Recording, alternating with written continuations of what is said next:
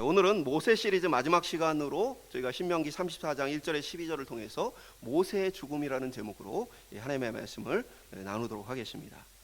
우리는 지난 시간 이제 그 금송아지를 만들어 섬기려던 이스라엘 백성에게 하나님께서 진노하셔서 그들을 진멸하시겠다라고 선언하신 모습을 살펴봤습니다. 그때 모세는 하나님 앞에 우리 조상들과의 언약을 생각하셔서 이 백성을 살려달라는 간구를 하게 되어지죠. 그때 하나님께서 모세의 기도를 들으시고 뜻을 돌이키사 백성에게 진노와 진멸을 쏟지 않은 모습을 우리가 보게 되어집니다. 오늘 그 본문은 이제 정확히 얘기하면 기도보다는 중보라는 부분에 초점을 맞춰 해석해야 된다라고 말씀을 드렸고, 모세가 하나님과 백성 사이의 중보자로서 어떻게 보면 앞으로 오실 중보자인 예수 그리스도를 미리 보여주는 그런 기능을 하고 있다. 그래서 모세는 인간으로서의 한계를 갖고 있지만 우리 주 예수 그리스도께서는 친히 우리의 죄를 대신해서 그냥 모세처럼 기도와 간구만을 하신 것이 아니라 친히 우리의 죄를 대신해서 십자가에서 죽으시고, 그리고 또 하나님이 원하시는 의의 완전한 기준을 순종으로서 채우심으로써 영원한 하나님의 중보 회복을 우리에게 허락해 주셨다라고 말씀을 드렸습니다. 그렇기 때문에 우리가 믿기 때문에 구원을 얻는 것이 아니다. 믿기 때문에 구원을 얻는 것이 아니라 예수 그리스도의 중보 때문에 우리가 구원을 얻는 것이다. 우리의 믿음은 완전하지 않지만 그리스도께서 우리를 위해 간구하시고 우리를 붙들어 주심에 우리가 이 구원을 누리는 것이다. 그래서 믿음이란 구원을 얻는 수단이기는 하지만 우리가 구원을 얻는 이유와 원인은 아니다 라고 말씀을 드렸어요. 그렇기 때문에 우리가 때론 믿음이 연약해지고 나약해진다 할지라도 그리스도의 끊임없는 중보와 우리를 붙들어 주심으로 말미암아 우리가 이 구원의 여정을 갈 수 있음을 함께 나누었습니다. 오늘은 그렇게 위대한 하나님의 사람으로서 구약의 어떠한 사람보다 우리에게 그리스도를 잘 보여주었던 모세의 죽음에 대해서 기록이 되어져 있습니다. 이 죽음의 문제는 사실은 모세뿐 아니라 우리 모두가 피할 수 없는 문제이기도 합니다. 히브리서 9장 27절은 한 번 죽는 것은 사람에게 정해진 것이요 그 후에는 심판이 있으리니 라고 선언하고 있죠. 우리 모두는 모세와 같이 분명히 죽음의 때를 맞게 되어집니다. 성경은 어차피 죽을 것이니까 이 땅에 살아가는 삶의 의미가 없다라고 말하지 않고, 성경은 어떻게 말합니까? 죽음 이후에 심판이 있기 때문에 이 땅의 삶에 참된 의미가 있다라고 얘기를 하는 거예요. 그래서 이제 우리가 이제 잘못된 어떤 신앙을 갖고 있는, 잘못된 종말론을 갖고 있는 사람들의 특징이 뭡니까?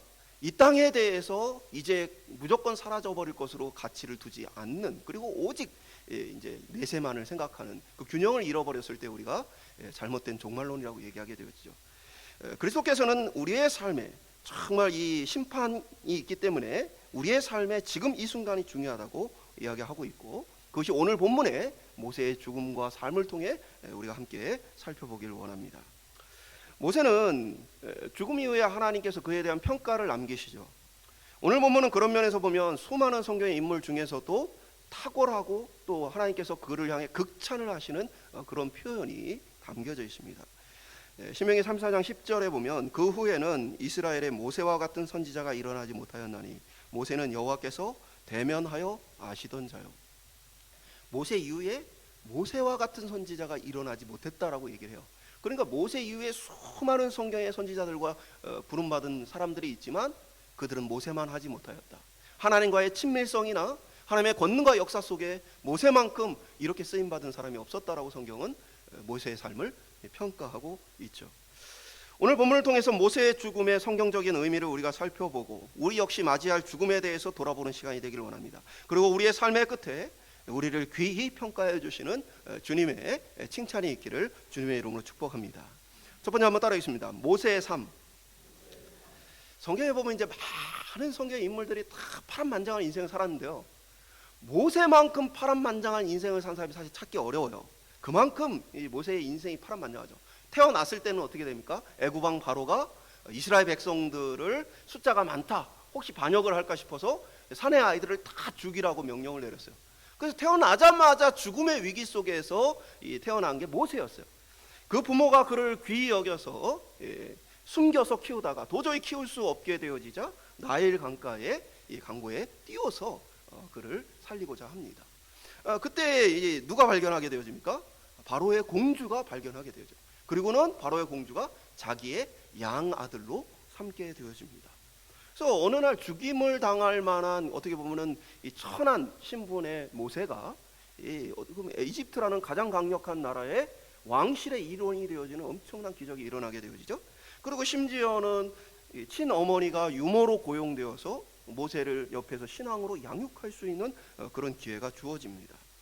모세는 이 이집트 왕실의 이 암투 속에서 살아오다가 40이 되었을 때 드디어 이제 자기 백성을 돌아봐야 되겠다는 이 결심을 가지고 이제는 내가 왕위 경쟁에서 더 이상 위협되어지는 상황이 아니니까 이제는 내가 이스라엘 백성을 좀 가서 봐도 되겠다라는 마음을 가지고 갔다가 살인자가 되어서 사람을 죽여서 갑자기 이제 광야로 도망하는 그런 처지가 되어지죠.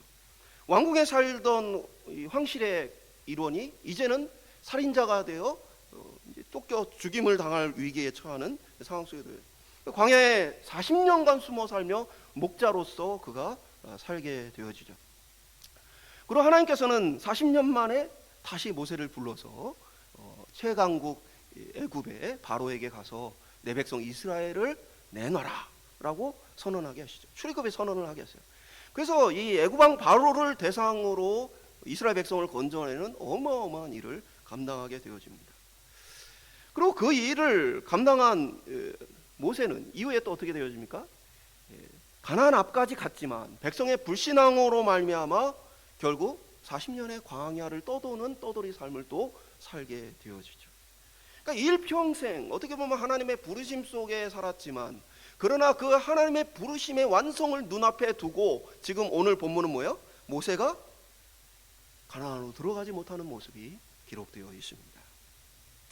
평생 가슴에 담아왔던 이 일의 성취가 지금 이제 눈앞에 보여져요. 그러나 하나님은 모세에게 가나안 땅에 들어갈 수 없다라는 선언을 해요. 우리가 읽은 신명기 34장 1절에 보면 모세가 모압 평지에서 느보산에 올라가 여리고 맞은편 비스가 산 꼭대기에 이르매 여호와께서 길르앗 온 땅을 단까지 보이시고 라고 말해주고 있어요. 이제 눈앞에 보여요. 이제 그 눈앞에 가나안 땅이 이제 보입니다. 그런데 하나님께서는 4절에 보면 여호와께서 그에게 이르시되 이는 내가 아브라함과 이삭과 야곱에게 맹세하여 그의 후손에게 주리라 한 땅이라 내가 내 눈으로 보게 하였거니와 너는 그리로 들어가지 못하리라. 너는 그리로 건너가지 못하리라. 눈앞에는 보이지만 그러나 갈 수 없다라고 하나님께서 선언하시죠. 자, 우리가 이 모습을 보면요, 평생을 그 하나님의 부르심을 위해 충성하며 살아왔습니다.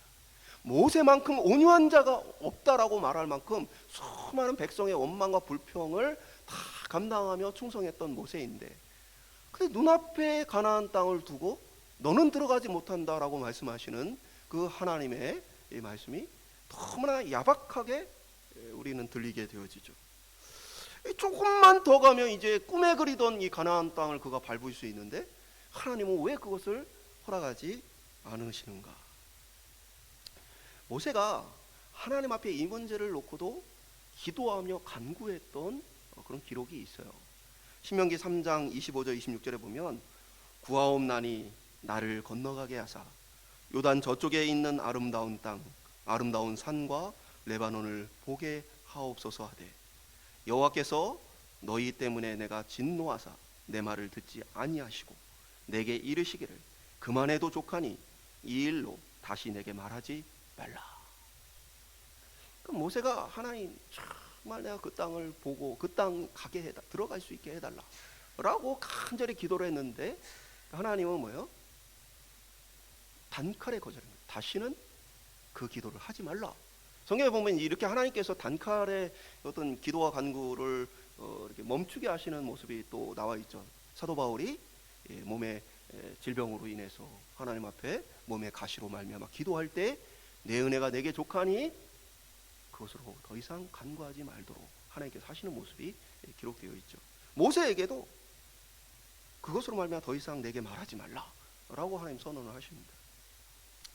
하나님께서는 분명하게 모세의 기도를 거부하시죠.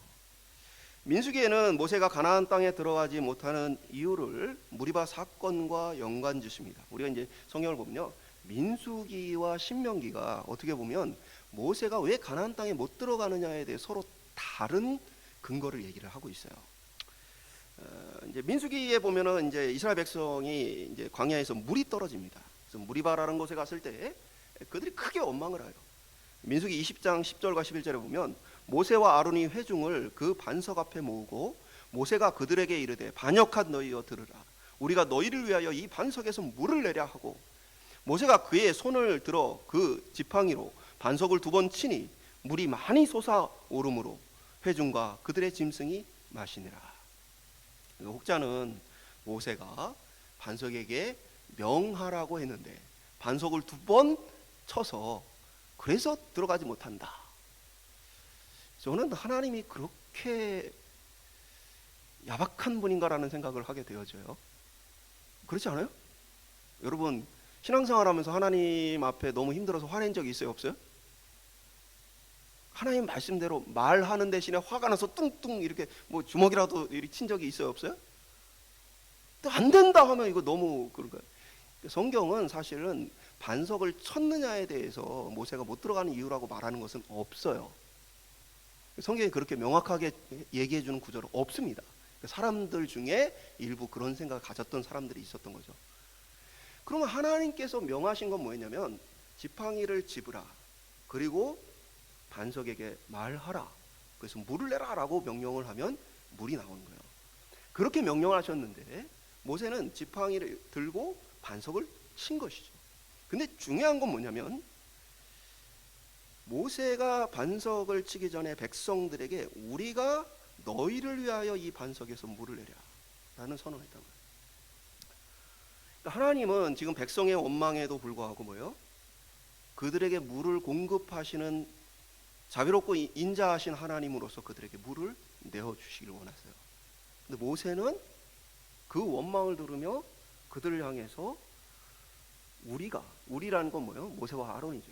우리가 너를 위해서 물을 내랴 라면서 이렇게 분노한 표현을 하게 되어진 거죠.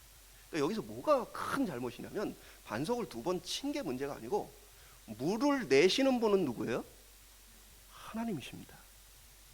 근데 모세는 지금 뭐라고 표현했어요? 우리가 너희를 위해 물을 내랴. 왜 하나님께서 지팡이를 집으라고 말씀하셨겠어요? 이 지팡이는 모세가 처음부터 사역을 할 때부터 뭐예요? 하나님의 지팡이라고 불렸습니다.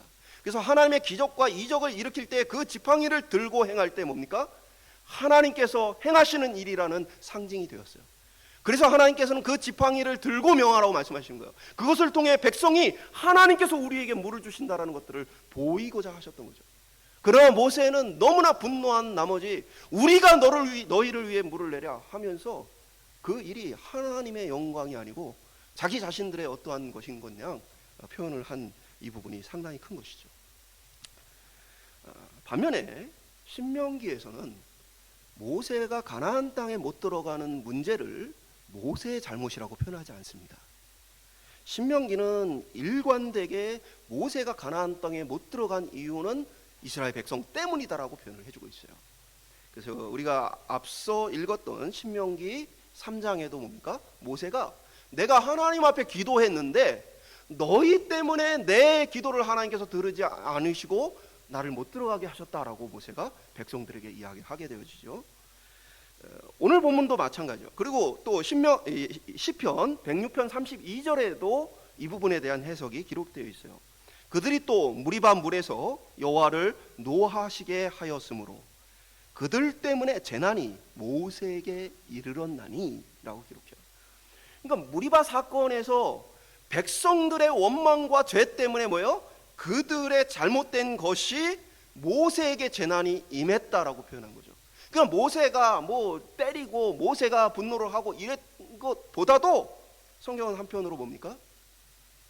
그곳에서 백성들의 원망으로 말미암아 하나님께서 모세를 가나안 땅 못 들어가게 결정하셨다.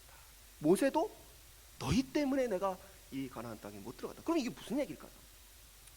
모세는 한편으로 하나님의 부르심을 받을 때 뭡니까? 백성의 지도자로 부르심을 받은 사람이에요. 그런데 출애굽 1세대가 불순종으로 말미암아 광야 40년 속에서 그들이 다 어떻게 되니까 죽게 되어져요. 그러니까 모세는 출애굽 1세대의 지도자들로서 뭐예요? 그들과 함께 하는 것이 하나님의 부르심입니다. 그리고 그 백성의 죄를 짊어지는 자의 모습이 모세의 모습인 거예요. 마치 그리스도께서 우리를 대신하여 우리의 죄를 대신 짊어지고 하나님 앞에 나아갔던 것처럼 하나님께서는 모세와 백성을 따로 구분하지 않고 그 백성 전체를 이끌어가는 모세를 백성과 한 운명으로 한 공동체로 여기시며 그 백성이 광야에서 죽고 가나안에 못 들어간 것처럼 모세도 그렇게 하게 하셨던 것이죠.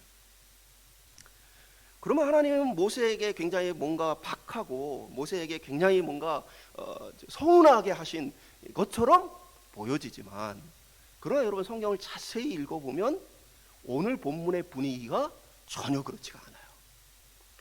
오늘 본문을 자세히 보면요, 하나님의 놀라운 기적이 지금 모세에게 일어나고 있습니다.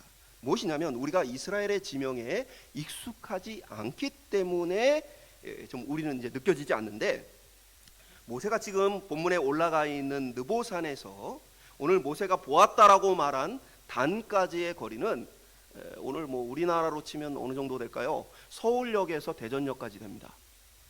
그럼 여러분 서울역에서 대전역이 보여요, 안 보여요? 물론 눈이 굉장히 좋으시면 상상 속에서나 볼 수 있겠죠. 그리고 또 오늘 이제 본문 그 다음 절에 보면 서해가 보였다고 기록되어 있어요. 서해는 뭐냐면 지금 모압의 산지가 동쪽에 있어요. 그리고 서쪽에 있는 바다라고 해서 서해라고 표현한 겁니다. 정확히 말하면 지중해를 얘기하는 거겠죠. 그러면은 모압의 이 산지와 지중해 사이에는 뭐가 있냐면 유대 산지가 있습니다. 높은 산들이 존재를 해요. 그러니까 그 너머에 있는 바다를 보는 것은 가능해요, 불가능해요? 거의 불가능한 일입니다. 근데 오늘 성경에 나타나 있는 모세가 그 비스가산 꼭대기에서 이렇게 모든 것을 이렇게 살펴봤을 때에 그 하나님께서 약속하신 그 모든 땅이 다 보였다고 말하는 것은 인간의 육안으로는 볼 수 없는 거리에 있는 것들이에요. 상황 속에 있는 것들이에요. 그럼 이건 뭡니까? 하나님께서 놀라운 기적과 능력을 일으켜서 모세로 하여금 그 모든 것을 볼 수 있도록 하나님께 초자연적인 역사를 일으키신 것을 우리가 이해할 수 있는 것이죠. 이것은 마치 하나님께서 가나안 땅에 내가 하나님의 나라를 세우겠다라는, 내가 이 내 백성을 이끌어 그곳에 하나님을 경외하는 하나님의 나라를 세우겠다는 하나님의 계획을 모세와 함께 꿈꿔왔던 것이죠. 모세는 그 하나님의 꿈을 가지고 하나님의 약속을 가지고 평생을 이 출애굽을 위해 헌신해 왔어요. 하나님은 가나안 땅에 못 들어간다라고 말씀하셨지만 모세로 하여금 그 모든 꿈이 이루어지는 마지막 순간을 하나님께서 보여주시며 다시 그에게 약속해 주시는 모습을 보게 되어지는 거예요. 모세의 삶은 하나님의 비전을 가진 삶이었고 하나님과 비전을 공유한 사람이 바로 모세였어요. 이제 눈앞에 하나님의 뜻이 이루어질 그 현장 속에서 하나님은 내가 이제 너와 함께 걸어왔던 이것의 완성을 할 것이다 라고 모세에게 보여주시는 것이죠. 얼마나 따뜻한 모습이에요. 함께 꿈꾸는 그 꿈을 나누는 하나님과의 모세의 친밀함을 오늘 마지막 이 모세의 죽음 앞에서 하나님께서 보여주시는 것이죠. 그리고 모세의 소망이 이루어지는 구절이 또 있어요. 모세가 가나안 땅 들어가기를 그렇게 열망했잖아요. 근데 이제 모세의 죽음까지는 모세가 들어가지 못해요. 그러나 예수님께서 제자들을 변화산으로 이끌어 가셨을 때에 그곳에서 베드로는 뭡니까? 예수님께서 모세와 더불어 엘리야와 함께 있는 모습을 보게 되어집니다. 그러면서 어떤 얘기를 해요? 베드로가 내가 여기서 초막 셋을 짓고 여기서 살았으면 좋겠다라는 얘기를 하게 되어지죠. 모세는 하나님의 그 약속을 따라서 결국 가나안의 성취를 몸소 누리게 되어졌다는 것을 우리가 알 수 있죠. 사랑하는 여러분, 저와 여러분이 모세와 같이 하나님의 부르심을 받고 하나님의 비전과 꿈을 공유한 사람이 될 수 있기를 소망합니다. 그냥 이 땅을 살아가면서 그냥 잘 먹고 잘 사는 데만 몰두하지 말고 하나님께서 어떤 계획을 가지고 계신가, 하나님의 어떤 비전과 계획을 가지고 하나님의 일을 이루어 가시는가라는 그 하나님의 부르심 앞에 우리가 귀를 기울일 수 있길 소망해요. 저와 여러분이 그것을 바라보면서 그 소망을 꿈꾸면서 살아갈 수 있길 소망합니다. 비록 우리의 바람대로 그것이 우리의 때에 다 이루어지지 않을 수 있지만 모세도 마찬가지죠. 자기의 때에 가나안 정복이 이루어지진 않았지만 그러나 하나님의 손에 붙들려 하나님과 함께 그 꿈을 이루어가는 놀라운 일에 쓰임을 받았죠. 하나님과 함께 그 가나안 땅을 바라보는 놀라운 정말 하나님의 친밀한 교제를 누리게 되었죠. 오늘 저와 여러분이 하나님의 부르심과 또 하나님과의 관계 속에서 이러한 친밀함과 은혜가 있기를 축복합니다. 두 번째 한번 따라 보겠습니다. 모세의 죽음. 그럼 모세가 죽게 되어졌죠. 근데 모세의 죽음에는 두 가지의 일반적인 죽음과는 다른 부분이 있어요. 6절과 7절을 보면 벳보을 맞은 편 모압 땅에 있는 골짜기에 장사되었고 오늘까지 그곳에 그의 묻힌 곳을 아는 자가 없느니라. 모세가 죽을 때 나이 120세였으나 그의 눈이 흐리지 아니하였고 기력이 쇠하지 아니하였더라. 두 가지가 보이죠. 하나는 뭐예요? 사람의 손에 의해 장사되지 않았다. 두 번째는 뭡니까? 120세가 되었는데 눈이 흐리지 않고 기력이 쇠하지 않았다 라는 부분이 일반적인 죽음과 다른 것이죠. 모세의 시체가, 여러분 이스라엘 백성들이 모세의 시체를 찾으러 갔겠어요? 안 갔겠어요? 당연히 갔겠죠. 장사를 지내줘야 되고 묻어줘야 되고. 이 장사를 지내지 못한다는 건 굉장히 비극적인 일이에요. 성경에서도 저주받은 사람들은 장사를 못 지내서 짐승들이 뜯어먹게 되어져요.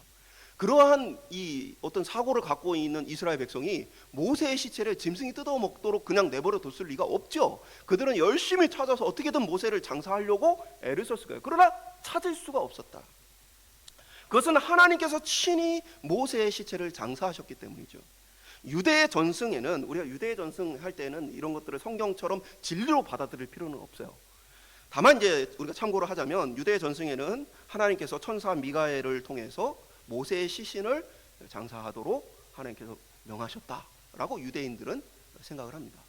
그리고 요거하고 좀 관련이 될 만한 구절이 성경에 나와 있는데 유다서 1장 9절에 보면 천사장 미가엘이 모세의 시체에 관하여 마귀와 다투어 변론할 때에 감히 비방하는 판결을 내리지 못하고 다만 말하되 주께서 너를 꾸짖기 원하시노라 하였거늘. 이게 뭐냐면 마귀가 모세의 시체를 달라는 거예요. 그래서 그것에 대해서 뭐 판결을 하지는 못하고 하나님께서 너를 꾸짖으실 것이다 하고 마귀를 천사장 미가엘이 꾸짖는 모습이 유다서에 기록이 되어 있습니다. 왜 하나님께서 어떻게 이제 뭐 모세의 시체를 장사하셨는지 어떻게 하셨는지는 우리가 성경에 명확하지 않기 때문에 알 수는 없죠. 다만 왜 하나님께서 모세의 시체를 이렇게 사람들에게 장사하지 못하도록 숨기셨는가 라는 부분에서는 거의 모든 성경학자들이 같은 견해로 모세의 시신이 숭배의 대상이 되는 것을 막기 위함이라고 해석을 합니다. 실제로 이제 교회사에서도 그런 일이 있어요. 종교개혁자인 마르틴 루터, 제가 이제 그 유럽의 종교개혁 저희 가족끼리 이제 여행을 간 적이 있어요. 제가 이제 코스를 짜가지고 종교개혁의 루트를 따라서 이제 가봤어요. 그때 이제 독일에 있는 교회들을 가면요, 독일 교회의 독특한 점 중에 하나가 루터가 언제 와서 설교했는지를 붙여놔요. 그래서 루터가 그곳에서 장기간 사역을 했던 교회가 아닌데도 어떤 교회는 루터가 몇 년도에 어떤 주일날 와서 여기에 설교를 하고 갔다라는 것을 현판에 붙여놓습니다. 그러니까 루터라는 사람이 독일 교회에 얼마나 영향력이 있는지를 한눈에 알 수 있죠. 가는 이 오래된 교회마다 루터의 흔적들을 사람들이 추모하고 기억해요. 그러니까 이 종교개혁자인 루터에 대해서 사람들이 뭐예요? 너무나 존경하고 열망하는 마음이 있어요. 근데 그게 어떻게 됐느냐? 이 루터가 죽고 나자 루터가 누워있던 그 침대를 사람들이 다 조각을 조금씩 내서 다 집으로 갖고 갑니다. 왜냐하면 거기에 뭔가 신비로운 능력이 있을 거라고 생각하는 거죠. 그러니까 인간은 뭐예요? 하나님의 말씀과 은혜에도 불구하고 그 종교개혁을 통해 정말 그러한 카톨릭의 지금까지의 우상 숭배에 대해서 그렇게 가르쳤음에도 불구하고 인간의 마음은 뭐예요? 눈에 보이는 것을 쥐고 눈에 보이는 것을 유한 삼고자 하는 그러한 마음 때문에 루터의 침대를 조각내서 자기 집에 보물로 이렇게 섬겼다는 거예요. 그러니까 이 모습을 봤던 이 칼빈은 자기가 죽을 때에 이제 자기 무덤을 이제 팔 사람에게 너만 알고 다른 사람에게는 절대로 내 무덤이 어디에 있는지를 알리지 마라 라고 얘기를 합니다. 칼빈 역시도 제네바에서는 루터만큼이나 존경을 받던 사람이에요. 그러니까 칼빈은 자기의 죽음이 루터 때처럼 우상숭배의 도구가 되지는 않을까라는 염려를 했던 거죠. 그래서 지금까지도 칼빈의 무덤은 알 수 없어요. 근데 이제 사람들이 자꾸 제네바에 왔을 때 칼빈의 무덤을 찾으니까 의회에서 가짜 무덤을 만들었습니다. 그래서 지금 가서 보시는 건 빈 무덤이에요. 무엇입니까? 평생을 하나님의 나라와 영광을 위해 살았는데 마지막 죽음의 순간에 그것이 뭐예요? 모든 영광을 다 까먹고 잘못된 우상 숭배나 하나님의 영광을 가리는 일로 가지는 않을까 염려했던 것이죠. 오늘 이 교회사뿐 아니라 우리가 최근에 있는 교회의 현장 속에서도 젊은 날 그렇게 충성하고 그렇게 헌신하고 많은 존경을 받던 목회자들 중에 손가락질 받고 비난받는 사람들이 얼마나 많습니까? 하나님의 영광을 위해 그렇게 충성되게 살았던 그들을 중에 마지막 그 순간이 너무나 하나님 앞에 비참하고 우리가 보기에 안쓰러운 그 모습들이 얼마나 많이 있어요. 하나님께서는 그 모세를 얼마나 귀하게 여기셨는지, 그의 모든 수고와 헌신이 우상숭배의 잘못된 도구가 되지 않도록 마지막까지 그의 시체를 하나님께서 직접 장사하심으로 그의 은혜를 그에게 베푸시는 모습을 우리가 보게 되어집니다. 여러분의 죽음, 저의 죽음은, 또는 여러분의 사역과 저의 사역은 그 끝이 어때야 할까요? 저는 이제 목회자들이 만나면 서로 교회 얘기 같은 거를 좀 하잖아요. 그럼 제가 하는 것 중에 하나가 우리 한경호 목사님 자랑을 해요. 한경호 목사님께서 은퇴를 하신 이후에 교회에 자기의 영향력을 끼치지 않기 위해서 많은 노력을 하시는 모습들, 그것들을 이야기를 하고 나눕니다. 평생에 교회에 어떻게 보면은 두고두고 자랑이 될 만한 그런 일이 되어지는 거죠. 그리고 저도 나중에 은퇴를 하게 되면 그 길을 갈 거다. 그래서 교회하고는 적당한 거리를 두고 그렇게 해서 정말 마지막까지 하나님의 영광을 가리지 않도록 하겠다라는 이야기를 하게 되어집니다. 모세의 죽음의 또 다른 부분은 이거예요. 보통 우리는 늙고 병들어서 기력이 쇠하여 죽음을 맞게 되어집니다. 그러나 모세는 일반적인 방식을 따라 죽지 않았죠. 하나님께서는 모세를 죽음 맞는 그 순간까지도 눈이 또렷하고 기력이 충만하도록 역사하셨습니다. 그것은 그에게 주어진 출애굽의 사명을 감당할 수 있도록 초자연적인 능력과 힘을 그에게 공급하셨다는 것을 우리가 볼 수 있죠. 모세의 마지막까지 그는 그에게 주어진 하나님의 능력과 힘으로 사역을 감당합니다. 모든 사명을 다 완성하고 나서야 죽음을 맞게 되어집니다. 그러니까 모세의 죽음이란 건 뭐예요? 사명 완수의 의미를 갖는 거예요. 완성적인 죽음을 얘기하는 것입니다. 기력이 쇠하여서 죽어가는 게 아니고 모든 사명을 완성한 죽음을 우리에게 보여줘요. 그리고 그것은 마치 예수님께서 십자가에 달려 죽으실 때 뭐예요? 다 이루었다, 내가 완성했다 라고 선언하신 것과 같은 모습을 우리로 떠오르게 해주죠. 우리가 모세와 같이 죽는 날까지 눈이 흐리지 않고 기력이 쇠하지 않았으면 좋겠습니다. 그런데 그렇지 않더라도 우리에게 생명이 주어졌다는 것은 하나님께서 우리를 통해 기대하시는 하나님의 사명이 있다는 사실을 기억할 수 있게 소망합니다. 우리가 모세와 같이 죽는 그날까지 그렇게 완전할 수는 없지만, 건강할 수는 없지만, 그러나 내게 생명이 붙어 있다면 여전히 하나님은 나를 통해 이 땅에서 무언가를 기대하고 계시다라는 그 마음을 기억했으면 좋겠어요. 그래서 어른들이 몸이 불편하고 아프고 힘들면 빨리 죽어야 되는데, 빨리 죽어야 되는데, 여러분 이 말은 성경적인 말이 아닙니다. 그렇죠? 오늘 이 생명을 주신 하나님은 나를 통해 어떠한 일을 기대하고 계실까? 나를 통해 뭘 하나님께서 꿈꾸고 계실까? 오늘 그것을 통해 우리의 인생을 살아갈 수 있기를 소망합니다. 제가 치매나 여러 노인성 질환으로 어려움을 겪는 분들을 위해서 한 2년간 설교를 했었어요. 그래서 그 교회에서 이제 이 기관을 섬겼는데, 그래서 아침에 일찍 가서 그 기관에서 예배를 드리고, 그리고 이제 예배가 끝나면 바로 교회로 가서 교회 사역을 했었습니다. 거기에 있는 분들은 치매나 아니면 이 걷지 못하거나 뭐 움직이는 것이 어렵거나 인지적인 기능에 어려움을 갖고 있는 분들이 많이 계셨어요. 근데 그분들을 위해 설교할 때 여러분 어떤 설교를 할까요? 뭐 예수 그리스도의 복음 전하죠, 당연히. 근데 매일 똑같은 설교를 할 수는 없잖아요. 어떤 설교를 여러분 하겠어요? 여러분 움직이지도 못하고 아무것도 할 수 없는 그분들에게 정말 어떤 비전과 꿈, 앞으로 이제 어떤 인내, 뭐 이런 설교가 뭐 도움이 되겠어요? 이미 인내하고 계셔요. 지금 숨 쉬는 것만으로 인내하고 계신 거예요. 힘든 가운데 버티고 계신 거예요. 그분들에게 어떠한 하나님의 말씀을 전하겠어요? 그것은 그분들이 아직까지 예배 자리에 앉아 있는 것만으로도 하나님의 큰 영광이고, 때로는 몸이 불편하기 때문에 다른 사람들의 섬김을 받아 다른 사람이 나에게 섬길 수 있도록 기회를 제공하는 것도 하나님의 영광이고, 모든 우리가 기도할 수 있는 것도 하나님의 영광이고, 정말 우리가 살아있는 그 생명 가운데 여전히 우리가 많은 제약이 있지만 그러나 하나님이 우리에게 생명을 주셨을 때는 하나님의 계획과 뜻이 있다. 그때 한 다리를 못 쓰고 낙심하는 이 할머니 한 분이, 나도 살아갈 가치가 있구나. 비록 자녀들은 나를 찾아오지 않고 다리를 쓰지 못해서 이제는 이제 평생 여기서 나가지 못하고 그냥 기관 안에서 그냥 죽음을 기다려야 하지만, 그런 나도 가치가 있구나. 그리고 하나님이 그러한 나에 대한 기대를 가지고 계시는구나. 여러분, 그게 살아가는 소망의 이유예요. 하나님이 나를 귀하게 여겨주시는구나, 나를 필요하다라고 얘기해 주시는구나 라는 것이 우리가 살아가는 이유 아니겠습니까? 사랑하는 여러분, 모세가 사명을 위해 그의 평생을 살아오면서 눈이 흐리지 않고 기력이 쇠하지 않게 하신 그 하나님의 역사 속에 살았지만, 그러나 그 죽음마저도 하나님의 영광을 위해, 마지막 사명을 위해 달려갔던 것처럼, 오늘 저희에게 생명이 주어진 그 모든 시간이 하나님의 사명과 하나님의 뜻을 이루어가는 귀한 일에 우리가 쓰임받을 수 있기를 주님의 이름으로 축복합니다. 마지막으로 따라해보겠습니다. 모세의 탁월함. 비록 모세는 이제 가나안 땅에 들어가지는 못했지만, 그러나 성경에서는 모세에 대해서 극진한 이 칭찬을 해주고 있습니다.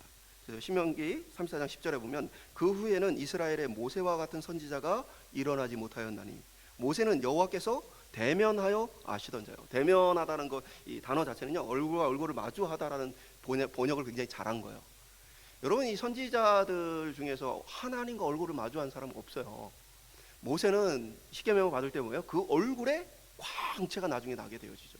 그러니까 하나님과의 그 친밀함 속에서 그 하나님과의 이 땅에 살았던 모세 이후에도 수많은 선지자들이 있었는데, 그때 하나님과 이처럼 친밀했던 선지자가 없다라고 이 성경에 보면 모세에 대해서 엄청난 칭찬을 하고 있는 것이죠. 그리고 모세의 이 사역, 인생에 대해서는 이렇게 평가를 해요. 11절과 12절에 보면, 여호와께서 그를 애굽 땅에 보내사 바로와 그의 모든 신하와 그의 온 땅의 모든 이적과 기사를, 모든 큰 능력과 위엄을 행하게 하시매 온 이스라엘 목전에서 그것을 행한 자이더라. 모세가 살아왔던 그 인생을 하나님께서 뭐예요? 그는 이러한 사람이다라고 선언해 주신 모습을 보게 되어져요. 모세는 그리스도가 오시기까지 가장 뛰어난 선지자였습니다.